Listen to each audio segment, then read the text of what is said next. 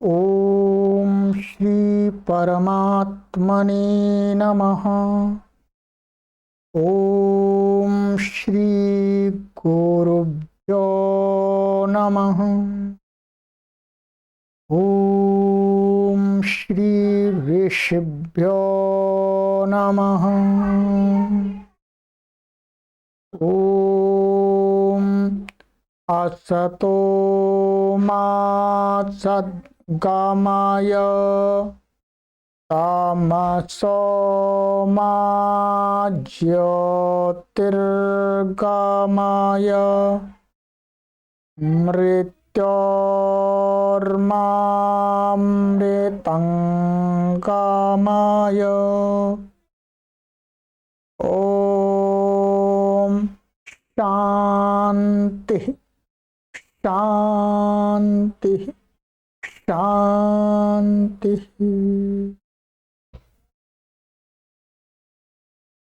सर्वेभ्यो नमः। देववाणी संस्कृतं यूट्यूब चलत दृश्यं प्रति भवतां भवतीनां च हार्दं स्वागतम्। मित्रों, अष्टाध्यायी भाष्य प्रथमावृत्ति लाइव कक्षा संख्या 3 द्वितीयः अध्यायः तृतीयः पादः। दूसरे अध्याय के तीसरे पाद की तृतीय कक्षा को आज हम पढ़ेंगे, कक्षा 3 को पढ़ेंगे। ठीक है।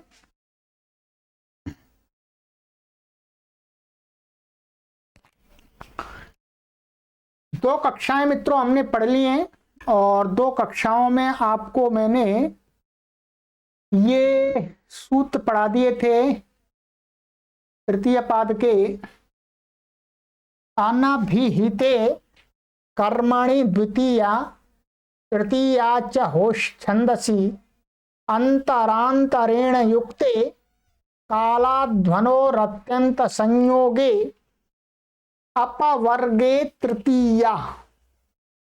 यहां तक मैंने आपको पढ़ा दिया था। छठवें सूत्र तक अभी तक हमने पढ़ लिया है। ठीक है। आज हम पढ़ेंगे 7वां सूत्र। ठीक है। ये ध्यान देंगे कि यहां पर ये कर्मणि द्वितीया जहां जहां करनी थी वो हमने देख लिया।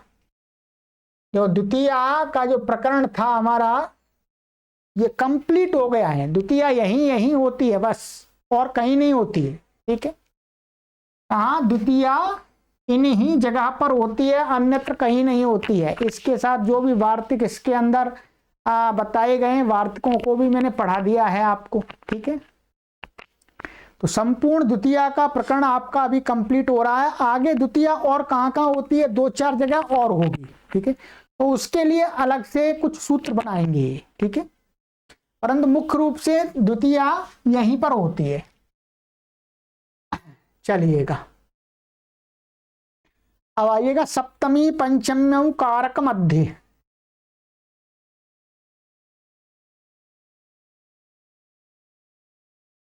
आ जाइए।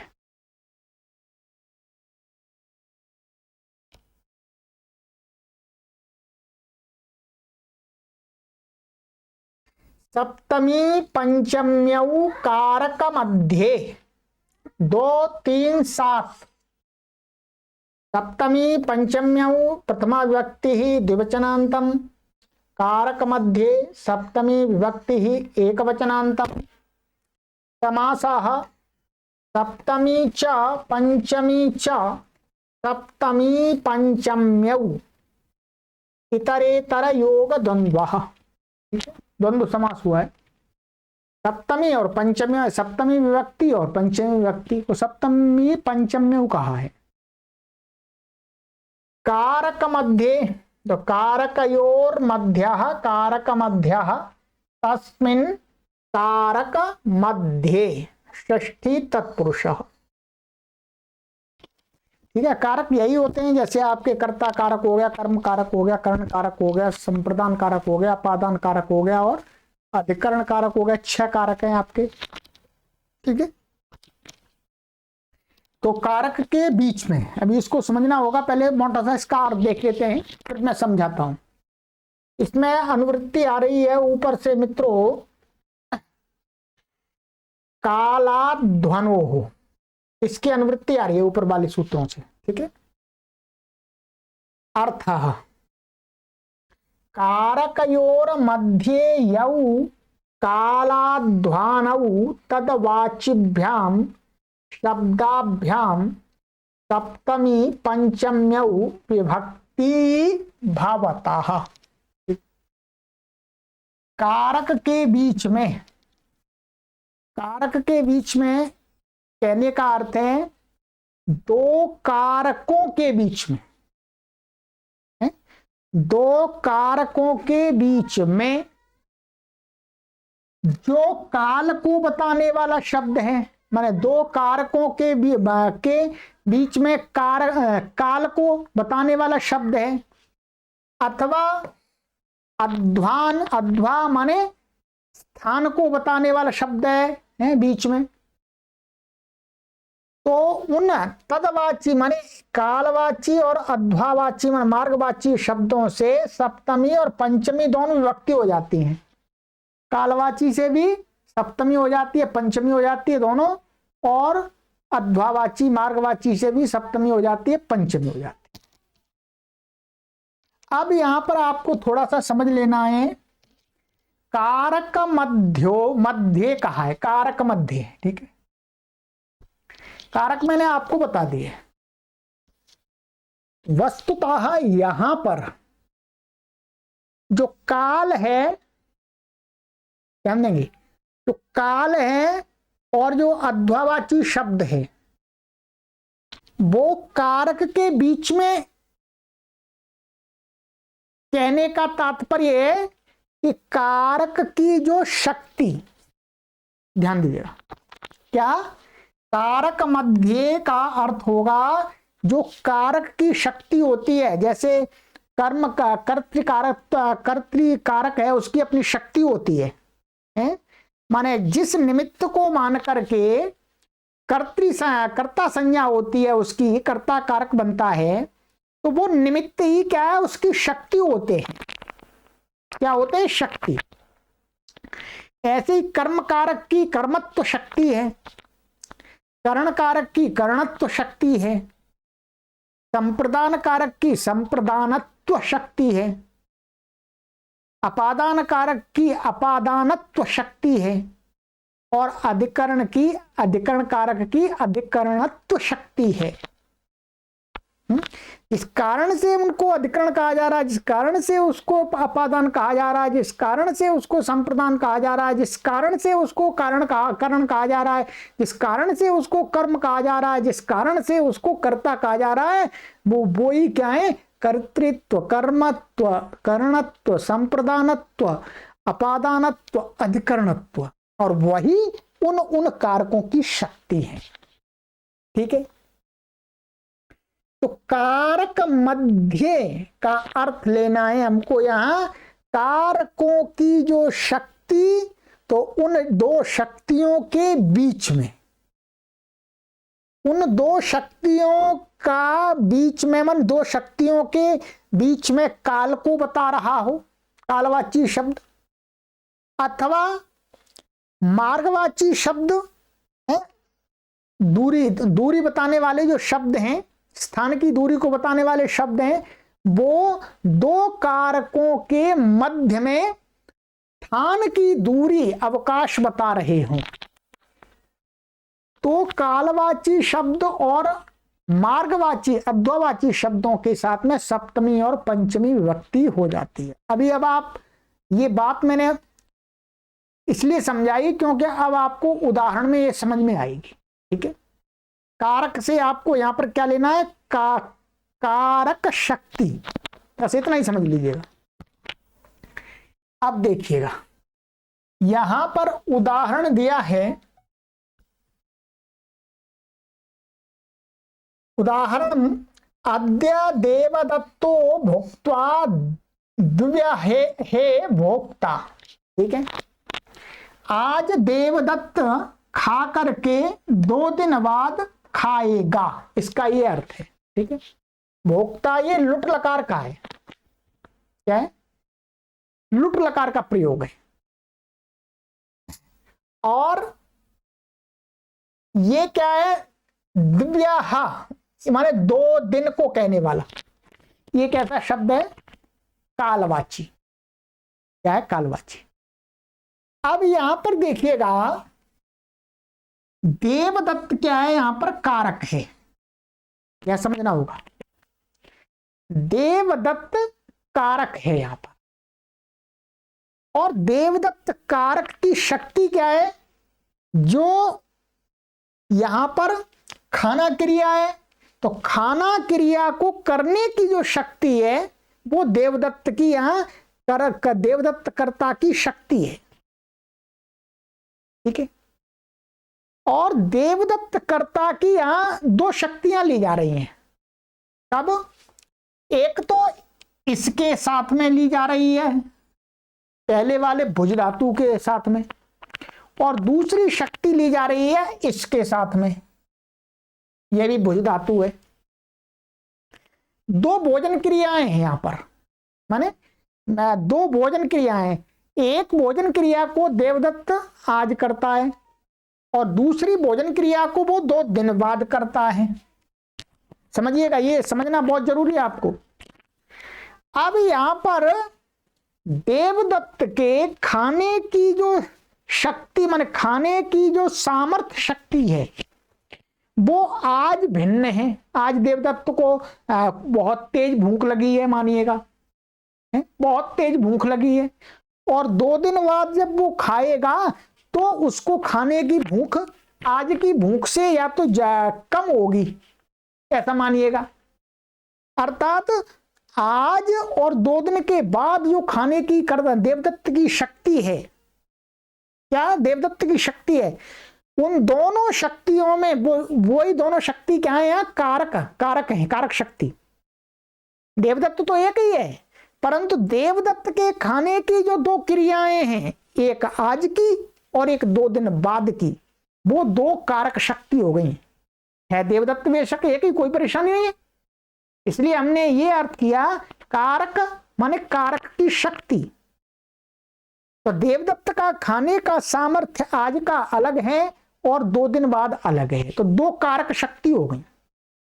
2 कारक शक्ति के बीच में कि वो 2 कारक शक्ति हैं, उनमें कितने काल का अंतराल है? क्या?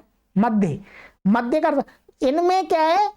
इन दोनों आज की खाने के देवदत्त की जो सामर्थ्य शक्ति है और 2 दिन बाद के खाने की शक्ति, तो इन 2 क्रियाओं में कितना काल है? 2 दिन का।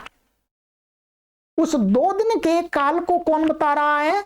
दिव्यः शब्द। क्या है? दिव्यः। तो दिव्यः शब्द में क्या हो जाएगी? सप्तमी हो जाएगी। समझ में आ गया? कारक के बीच में आ गई। आप ये मत सोचिएगा कि यहां देवदत्त एक ही कारक नहीं, ये देवदत्त के अंदर जो खाने की आज की शक्ति है वो एक कारक है, और एक कारक शक्ति है इस क्रिया को 2 दिन के बाद करेगा वो कारक। तो देवदत्त का प्रयोग यहां पर 2 बार हो रहा है वस्तुतः।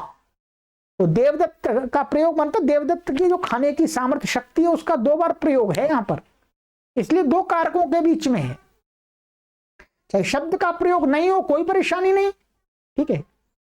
तो 2 खाने के माने आज खाने का सामर्थ्य देवदत्त का अलग है, 2 दिन के बाद अलग है, तो दोनों के बीच में जो काल का अंतराल बताया जा रहा है कि इतने काल बाद, तो वो ही क्या है? दोनों के बीच में काल को बताने वाला शब्द है दिव्यः।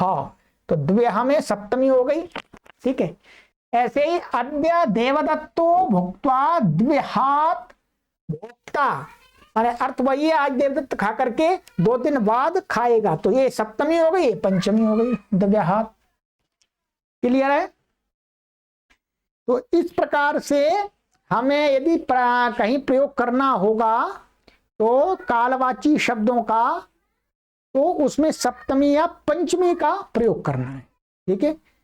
अब आप हिंदी इसमें कुछ भी लगा सकते हैं कि आद्य देवदत्तो भुक्त्वा, माने आज देवदत्त खा करके 2 दिन बाद, 2 दिन बाद, ये अर्थ कहां से निकल रहा है? सप्तमी दे रही है, सप्तमी दे रही है बाद अर्थ, ठीक है। यहां पंचमी दे रही है वही अर्थ। तो ये तो हो गया आपका कालवाची का।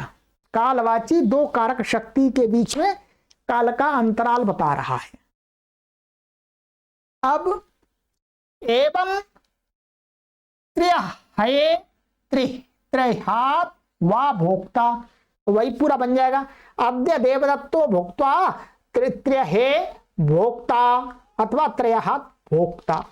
पंचमी और सप्तमी यहां पर भी हो गई, ठीक है। माने आज खा करके देवदत्त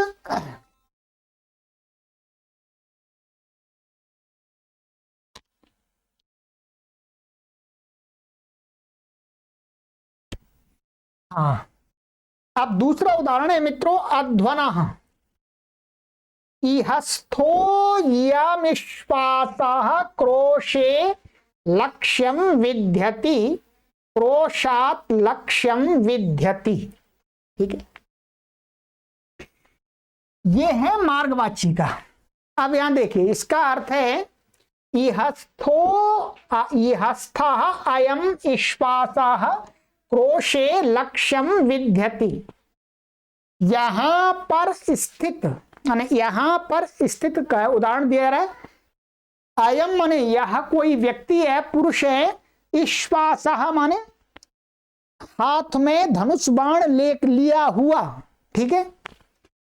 क्रोशे माने एक कोस पर, लक्ष्यम माने किसी लक्ष्य को, कोई भी शिकार आदि है उसको, विद्यति माने भेद देता है, माने मार देता है शिकार को, लक्ष्य को भेद देता है, ऐसा कह सकते हैं, उसमें लगा देता है। अब देखिएगा, यहां पर 2 कारक शक्ति कौन सी हैं? एक कारक शक्ति है, ये कर्ता है, ये क्या है? कर्तृ कारक शक्ति है ये। इहस्थः अयम इश्वास, कोई बाण लिए हुए चलाने वाला व्यक्ति है, यहां पर स्थित है, और वो लक्ष्यम, ये क्या है? कर्म है, लक्ष्य को भेदता है। तो ये क्या है? कर्म, ये कर्म कारक शक्ति है। क्या है? कर्म, कर्म का कर्म शक्ति है ये, ठीक है। अब इस कर्ता, ध्यान दिएगा, यहां मध्य देखना है आपको, मध्य। इस कर्ता कर्तृ शक्ति और कारक, वो कर्म शक्ति के बीच के अंतराल को बताने वाला, कि कितनी दूर पर जो बाण को भेदने वाला, वो होता है लक्ष्य को भेदने वाला कहां है और लक्ष्य कहां है, इसके बीच के अंतराल को बताने वाला मार्गवाची, अद्वावाची शब्द क्या है यहां पर? क्रोश, माने एक कोस। लक्ष्य और लक्ष्य भेदक व्यक्ति के बीच में एक कोस का अंतर है, एक कोस का अंतराल है बीच में। तो क्रोशे लक्ष्यम, तो अब यहां पर क्या है? ये अद्वावाची शब्द में द्वितीय हो गई, तो सप्तमी हो गई। और ध्यान देंगे, ये 2 कर्तृ शक्ति हो गई, इसलिए इनके बीच के अंतराल को बता रहा है, बस इतना सामान्य है। ऐसे ही क्रोशात लक्ष्यम विद्यति मान यस्थोयम इश्वासः क्रोशात लक्ष्यम विद्यति, ये पंचमी हो गई। बिल्कुल सिंपल तरीका है, मैंने बता दिया आपको, ठीक है। शक्ति लेना है, कारक की शक्ति को लेना है, बस। तो यहां पर तो एकदम स्पष्ट भी है। ऐसे ही यहां पर और भी बताया गया है, यहां पर ऐसा भी बताया गया है कि आप यहां पर अधिकरण कारक और कर्म कारक 2 को भी मान सकते हैं। अधिकरण माने, अधिकरण ये हो जाएगा इहा, माने यहां, ये आधार अधिकरण बन जाएगा। तो अधिकरण माने यहां, और लक्ष्य कर्म, ये 2 शक्ति हो जाएंगी। वो फिर उस कर्ता को छोड़ देंगे थोड़ी देर के लिए, हम अधिकरण शक्ति, अधिकरण कारक शक्ति और कर्म कारक शक्ति दोनों के बीच में कितना अंतर है? 1 कोस का, तो भी हो जाएगा। ये अधिकरण कारक और कर्म कारक को मान करके कर सकते हैं, ठीक है। अब आ जाइएगा, अब आपको सामान्यतः में आपको ये गुरुजी ने यहाँ लिखा हुआ है, ये बात अब आपको आराम से समझ में आ जाएगी। ठीक है, अद्य देवदत्तो भुक्त्वा द्वहे भोक्ता, आज देवदत्त खाकर 2 दिन के पश्चात खाएगा। ठीक है, अद्य देवदत्तो भुक्त्वा द्व्यहात् भोक्ता, आज देवदत्त खाकर के 2 दिन के बाद खाएगा, पंचमी हो गई है, बात वही है। एवं त्रेह्याद वा भोक्ता, अध्वा का इहस्थो यमिश्वासा क्रोशे लक्ष्यम विद्यति, यहां पर स्थित यह बाण चलाने वाला कोस भर पर लक्ष्य को बींधता है। ठीक है, निशान लगाता है। क्रोशात लक्ष्यम विद्यति, वही बात है। अब देखिएगा, अद्य देवदत्तो भुक्त्वा द्वहे भोक्ता, यहां कारक को शक्ति मानने से, कारक कहने से कारक की शक्ति, ये कहना चाह रहे हैं। 2 कारकों के मध्य वाली बात ठीक हो जाती है। प्राय करके ये समझ में नहीं आती है, देवदत्त तो एक है, वो कारक शक्ति 2 कैसे हो गई। तो अब समझाने जो मैंने समझाया आपको, क्योंकि आज की भोजन क्रिया की कर्तृ शक्ति, मतलब भोजन करने की क्रिया का जो कर्ता की शक्ति है, तथा 2 दिन के पश्चात की भोजन क्रिया की कर्तृ शक्ति भिन्न भिन्न है। अतः कारक मध्य हो गया, मन 2 कारक मध्य हो गए, 2 कारक की शक्तियों के मध्य में हो गया। इसी प्रकार इहस्थोयम विश्वासः क्रोशे लक्ष्यम विद्यति, यहां भी विश्वासः करता है। क्या है? विश्वासः करता है, लक्ष्य माने अयम भी करता है, वो सभी मिलकर के आपस में लक्ष्यम कर्म है। सो क्रोश अध्वा कर्ता, जो अध्वावाची शब्द क्रोश है वो कर्ता एवं लक्ष्य कर्म कारक के मध्य में है, माने दोनों कर्तृकारक और कर्म कारक शक्ति के मध्य को बता रहा है। अतः क्रोश शब्द से सप्तमी एवं पंचमी हो गई, दोनों हो गए। अथवा अब जो दूसरा कर्म और अपादान कारक के मध्य में है। अथवा यहां पर ऐसा भी मान सकते हैं कि एक तो यह को अधिकरण भी मान सकते हैं और यह को यहां पर अपादान भी मान सकते हैं। यहां से यहां पर स्थित ऐसा मानते तो अधिकरण हो जाता है, और यहां से ऐसा अर्थ करते हैं यहां से मारता है तो पंचमी हो जाती है, अपादान बन जाता है। तो अपादान कारक के मध्य में है, कर्म पूर्वत ही है, अपादान जहां से बाण छूटता है वह है। ठीक है, तो यह को आप अपादान भी मान सकते हैं, अधिकरण भी मान सकते हैं, दोनों बना सकते हैं। ठीक है, यह माने यहां, तो यहां वो अधिकरण शक्ति, अपादान शक्ति और कर्म शक्ति के बीच में वो शब्द है, वो उसके अंतराल को बता रहा है, इतनी दूरी पर है। तो ये सप्तमी हो गई और पंचमी हो गई है। ठीक है, अर्थ वही है। चलिएगा, ये हो गया आपका क्लियर। ये बहुत विशेष सूत्र है, ध्यान देंगे आप इसको, मैंने बिल्कुल सरल करके आपको समझा दिया है। ठीक है, आपको पूरा ये 100% समझ में आ जाना चाहिए। ठीक है, चलिएगा आगे। कर्म प्रवचनीय युक्ते द्वितीया 2, 3, 8। कर्म प्रवचनीय युक्ते सप्तमी व्यक्ति एकवचनान्तम, द्वितीया प्रथमा व्यक्ति एकवचनान्तम समासः। कर्म प्रवचनीयैर युक्तम, कर्म प्रवचनीय युक्तम तस्मिन् कर्म प्रवचनीय युक्ते तृतीया तत्पुरुष समासः। ठीक है, अर्थः कर्म प्रवचनीय संज्ञकैः शब्दैर युक्ते द्वितीया विभक्तिर्भवति।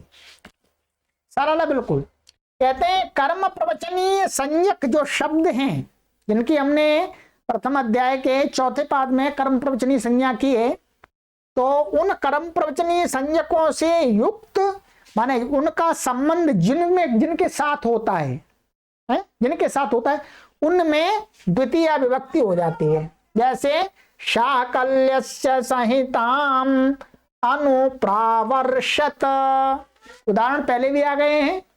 तो यहां पर क्या है, अनु की क्या है, अनुर्लक्षणे। 1:483 पर देख लीजिएगा, पहले पढ़ा दिया विस्तार से। माने लक्षण द्योतित होने पर क्या है, अनु की क्या है, संहिता, इसके संहिता के साथ में उसकी कर्म प्रवचनी संज्ञा है। तो अनु का संबंध किसके साथ में, संहिता के। तो इसमें संहिता में क्या हो गई, द्वितीय विभक्ति हो गई, कर्म प्रवचनीय। ठीक है, कर्म प्रवचनी संज्ञा किसकी है, अनु की। और अनु की कर्म प्रवचनी संज्ञा होने से जिसके साथ उसका संबंध है उसमें क्या हो गई, द्वितीय विभक्ति। कर्म प्रवचनीय युक्ते द्वितीया। तो कर्म प्रवचनीय संज्ञक शब्दों के योग में संबंध में द्वितीय विभक्ति होती है। ठीक है, चलिएगा, तो ये हो गया आपको। अब आ जाइए आगे। यस्मादधिकं यस्य चेश्वर वचनम तत्र सप्तमी।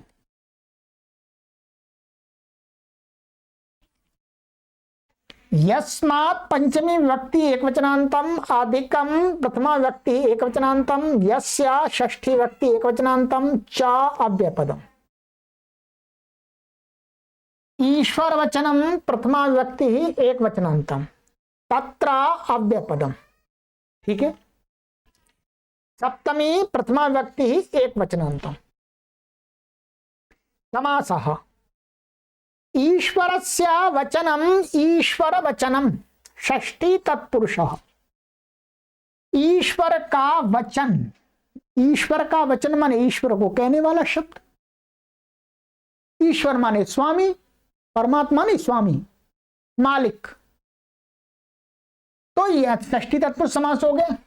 अनुवृत्ति कर्म प्रवचनीय युक्ते, अनुवृत्ति आ रही है इसकी, अर्थ यस्माद् अधिकं यस्य च ईश्वर वचनम तत्र कर्म प्रवचनीय योगे सप्तमी विभक्तिर भवति। ठीक है, कहते हैं यस्माद् अधिकम, जिससे अधिक, जिससे अधिक कहा जा रहा हो। यस्य च ईश्वर वचनम, और जिसका ईश्वर वचन कहा जा रहा हो, मन जिसका स्वामी कहा जा रहा हो। तत्र वहां पर कर्म प्रवचनीय के योग में सप्तमी विभक्ति होती है। कर्म प्रवचनीय के योग में क्या होती है, सप्तमी। पूर्व वाले सूत्र से क्या प्राप्त थी, द्वितीया, परंतु उसका ये अपवाद है। क्या, कर्म प्रवचनीय युक्ते द्वितीया का ये अपवाद है। ये कर्म प्रवचनीय संज्ञक हैं, परंतु क्या है, वहां साथ साथ में अधिकता द्योतित होती है जिससे, और अथवा ईश्वर वचन यदि द्योतित होता है तो वहां पर द्वितीया नहीं होती है। बोलते हैं क्या होती है, सप्तमी विभक्तिर। अब देखिएगा, उदाहरण दिया है यहां पर, उपखार्याम द्रोणाः। अब यहां पर क्या है, ये गलत लिखा हुआ है, अलग रहेगा। उप ऐसा रहेगा, उप अलग रहेगा, खार्याम अलग रहेगा। उपखार्याम द्रोणाः माने खारी से द्रोण अधिक है। क्या अर्थ है, खारी से द्रोण अधिक है। तो जिससे अधिक, जिससे अधिक कह रहे हैं, तो जिससे कह रहे हैं तदवाची शब्द में द्वितीय होगी। कर्म प्रवचनी संज्ञा क्या है, यहां पर उप की है। उपोधिके च से क्या है, इसकी कर्म प्रवचनी संज्ञा है। तो यहां उपखार्याम, तो खारी में द्वितीय हो गई, खार्याम, वो सप्तमी हो गई, द्वितीय नहीं सप्तमी। तो खार्याम बन गया ये। ऐसी उपनिषके कार्शापणम, यहां पर भी अलग कर दीजिएगा, अलग रहेगा, इस समास नहीं होगा यहां पर। ठीक है, क्या है, उपनिषके कार्शापण माने जो कार्शापण है वो निष्क से अधिक है। माने निष्क जो एक मुद्रा है उससे कार्शापण अधिक है। तो निष्क में सप्तमी हो गई। ठीक है। ऐसे ही देखिए अधि ब्रह्म दत्ते पंचाला, देखिए यहां पर तो अलग अलग है, यहां पर ही मिला के लिखा है, ये गलत लिखा है, अलग अलग लिखना चाहिए। और आप देखेंगे सिद्धांत कौमुदी में, काशिका आदि में तो अलग अलग लिखा हुआ है। अधि ब्रह्म दत्ते पंचाला, यहां पर ईश्वर वचन मैंने आपको पहले भी समझाया था। यहां पर ईश्वर वचन का अर्थ है कि स्वामी और स्वामी। ईश्वर हम कब कहते हैं, स्वामी कब कहते हैं, जब वो कोई उसका स्व है। और स्व होने से स्वामित्व का अस्तित्व दर्शाया जाता है, और स्वामित्व के होने से स्व का अस्तित्व दिखाया जाता है। तो यहां पर हमें ऐसा मानना चाहिए, पर्याय से एक बार स्वामी को कहने वाले शब्द में सप्तमी होती है, और एक बार स्व माने स्वामी का जो स्व है उसमें सप्तमी होती है, पर्याय से सप्तमी होती है। ठीक है, तो ये है अधि ब्रह्म दत्ते पंचालाह।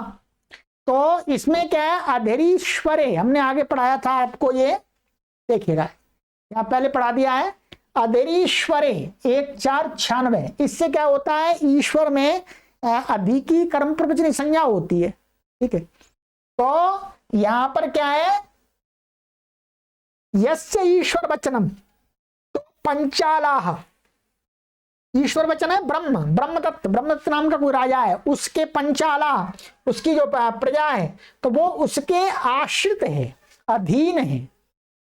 तो ब्रह्मदत्त में क्या हो गई, सप्तमी हो गई।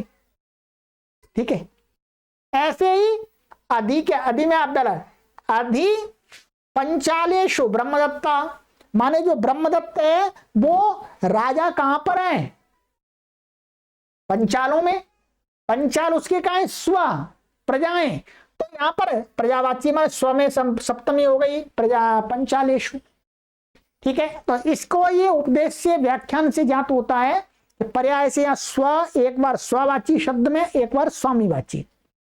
यहां पंचाला क्या है, स्व है, और ब्रह्मदत्त क्या है, स्वामी है, ये ध्यान देंगे। ठीक है, चलिएगा। तो ये, और ये देखिए उपो अधिकेच से, उप की कर्म प्रवचनी संज्ञा होती है, और अधि की मैंने बता दिया अधीरीश्वर से कर्म प्रवचनी संज्ञा होती है। तो जब यदि कर्म प्रवचनी संज्ञा है और यस्मात् अधिकम यस्य चेश्वर वचनम तत्र सप्तमी, ये शर्त घटती है, तो वहां द्वितीय नहीं होती है, क्या होती है बोलो, सप्तमी। ठीक है, चलिएगा आगे आइएगा। पंचम्य पांग पारिभिः, पंचमी प्रथमा व्यक्ति एक वचनांतम, अपांग पारिभिः तृतीय व्यक्ति बहुवचनांतम। ठीक है, अपश्च आंच परिश्च अपांग पारयः तैः अपांग पारिभिः इतरेतर योग द्वंद्वः। ठीक है, अप आंग और परि ये क्या है, वो ये उपसर्ग है, परंतु यहां कर्म प्रवचनी ले जाएंगे। तैः पारिभिः इतरेतर द्वंद्व हो गया। अनुवृत्ति इसमें आ रही है कर्म प्रवचनीय युक्ते, अर्थात अप आंग परि इत्येतैः कर्म प्रवचनीय संज्ञकैर योगे पंचमी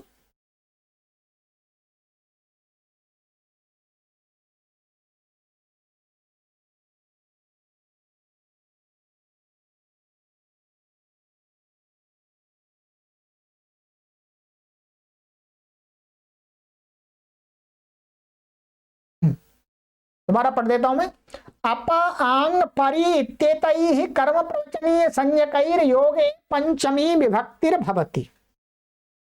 ये कहते हैं यदि अप है, आंग है, परि है, यदि इनकी कर्म प्रवचनीय संज्ञा है तो इनका संबंध जिनके साथ में है, जिनके योग में कर्म प्रवचनीय संज्ञा हो रही है, तो उन शब्दों में क्या है, ना द्वितीया होती है, ना तृतीया सप्तमी होती है, क्या होती है बोलो, पंचमी। वस्तुतः ये जो अपवाद है ये इसका अपवाद है, कर्म प्रवचनीय युक्त द्वितीया का, क्योंकि अधिकता गम्यमान हो रही होगी तो यही लगेगा फिर। ठीक है, तो कहते हैं उदाहरण दिया है इसका, सभी उदाहरण पहले आ चुके हैं। अपत्रिगर्तेभ्यो वृष्टो देवः, पाटलिपुत्रात् वृष्टो देवः, परित्रिगर्तेभ्यो वृष्टो देवः। ठीक है, यहां पर क्या है, माने त्रिगर्त देश तक बारिश हुई, उदाहरण आया था। तो यहां पर त्रिगर्त देश को तक माने त्रिगर्त देश से पहले पहले, त्रिगर्त देश को छोड़ करके। तो अपपरि वर्जने, वर्जन अर्थ में क्या है, यहां पर अप की कर्म प्रवचनी संज्ञा है। ऐसे ही आंग है यहां पर, तो आंग का क्या है, आंग मर्यादा वचन है, तो मर्यादा वचन में मर्यादा वही है। तेन सह अविविधि तेन बिना मर्यादा, तो दोनों आ जाते हैं। तो परित ये पाटलिपुत्रात् वृष्टो देवः, माने पाटलिपुत्र तक, माने पाटलिपुत्र सहित भी हो सकता है, पाटलिपुत्र से पहले पहले भी हो सकता है। तेन बिना मर्यादा, तो छूट जाएगा पाटलिपुत्र। तेन सह अविविधि, तो आ जाएगा। क्या मर्यादा वचन से क्या है, दोनों लिए गए थे, तेन बिना और तेन सह अविविधि, तेन बिना मर्यादा। मैंने अच्छी प्रकार से समझाया था आपको उस समय। ठीक है, तो परित्रिगर्तेभ्यो वृष्टो देवः, तो यहां पर तो वर्जन अर्थ में त्रिगर्त देश को छोड़ करके बारिश हुई, ये अर्थ है। ठीक है, तो यहां पर क्या है, ये कर्म प्रवचनी संज्ञा का इनके योग में इसमें पंचमी हो गई है। देखिए समास कहीं नहीं होगा, ध्यान देंगे, अलग ही रहेंगे। चलिएगा, तो ये आपका, मैंने आज आपको ये सूत्र पढ़ा दिए, आपको 1, 2 और 3 और मैंने 4 सूत्र पढ़ा दिए आपको। ठीक है, तो आज की कक्षा में इतना ही पढ़ते हैं, अब आगे की कक्षा में पढ़ेंगे प्रतिनिधि प्रतिदाने च यस्मात्। ठीक है, अब ये बहुत इंटरेस्टेड आपका ये विषय चल रहा है अभी, और प्राय करके सभी संस्कृत के पाठकों को ये प्रकरण पढ़ना ही चाहिए, पढ़ना ही चाहिए मित्रों। इसको बिना पढ़े आप संस्कृत के अनुवाद ठीक से नहीं बना सकते हैं। चलिएगा, आगे की कक्षा में मिलते हैं। और मित्रों, अपना स्वेच्छापूर्वक आर्थिक सहयोग प्रदान करते रहें, जिससे ये अभियान हम सहज रूप से चलाते रहें। हमारे मन पर मस्तिष्क पर भार ना पड़े। मन मस्तिष्क पर भार पड़ेगा तो हमारा मन थोड़ा सा भटक जाता है, हमको चिंता हो जाती है। तो आप हमको चिंता से मुक्त रखिएगा। हम अधिक से अधिक स्वाध्याय करके आपको पढ़ाते रहेंगे, आपको मेहनत करके पढ़ाते हैं, ऐसे नहीं पढ़ाते। चीजों को देखता हूं मैं, आप देख रहे हैं। आपकी कक्षा के लिए मैं, देखिएगा, इस सारे प्रकरण के जो भी सूत्र पढ़ाता हूं, ये सिद्धांत कौमुदी है, इसको देखता हूं कि कोई विशेष बात तो नहीं बताइए आप इसमें सूत्र पर। और इसके साथ ही आपको ये प्रथमावृत्ति तो मैं पढ़ा ही रहा हूं आपको, ये प्रथमावृत्ति और ये काशिका, काशिका भी मैं देखता हूं, ध्यान देंगे। ये काशिका है, ये काशिका बहुत पुरानी है। इस काशिका पुस्तक से मैंने पढ़ा है, बहुत पुरानी है ये, कम से कम इसको लगभग 20 साल होने जा रहे हैं, 20 साल। तो इस काशिका पुस्तक को भी देखता हूं। ठीक है, अपनी पुस्तक के भी आपको दर्शन करा देता हूं, क्योंकि हमने जो भी पुस्तकें पढ़ी हैं वो सारी सुरक्षित रखनी पड़ती हैं हमको। ठीक है, कभी इन पर नोट किया हुआ कुछ बातें होती हैं, गुरुजी ने पढ़ाई हैं, वो एकदम ध्यान में नहीं रहती हैं, परंतु जब देखते हैं तो ध्यान आ जाती हैं, तो अपने पाठकों को भी बता देते हैं। तो इस कक्षा को मैं सिद्धांत कौमुदी, काशिका और प्रथमावृत्ति तीनों को मिलाकर के जो आपके लिए बेस्ट होता है उसको बताता हूं मैं। ठीक है, तो चलिएगा, इसका पूरा भरपूर लाभ लीजिएगा। ये विभक्ति प्रकरण है। चलिए, सर्वेभ्यो नमः।